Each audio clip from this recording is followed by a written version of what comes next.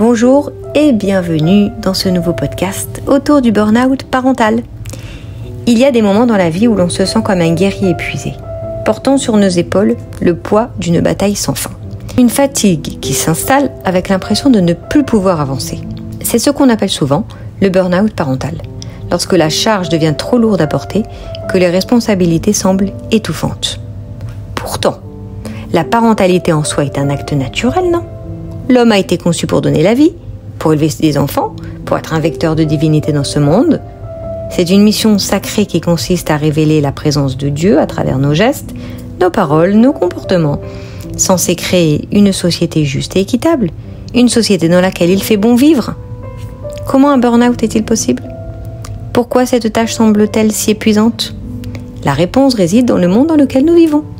Nous avons fait de ce monde un monde d'exigence, où le travail, l'argent, les loisirs, le paraître, le plaisir, etc. Tout cela exerce une pression constante sur nos épaules. Nous devenons esclaves de ces contraintes, perdant parfois de vue l'essentiel, la puissance de la famille, la beauté de l'enfance, la liberté, etc. Vous savez, chaque enfant est un miracle, une source d'épanouissement, un véritable signe de vie. Leur simple présence sont des trésors inestimables qui illuminent nos vies, même dans les moments les plus sombres. Pour lutter contre ce sentiment de burn-out, il faut d'abord reconnaître cette émotion qui monte en nous, l'accepter pour changer des choses. Lorsqu'elle naît dans notre cœur, elle cherche à s'exprimer, à prendre forme au niveau de ma pensée, la marche à va. À ce moment-là, deux choix s'offrent à moi. Ou je la laisse s'emparer de mon esprit, donc devenir ma réalité, ou bien je la stoppe net. Je refuse qu'elle prenne le contrôle total de mon être.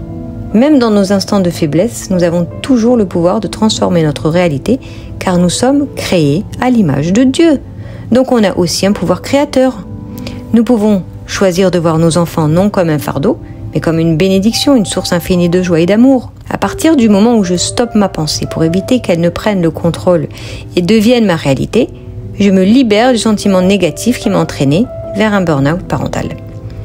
Il est très important de vous reposer, car la fatigue et l'épuisement aggravent la situation.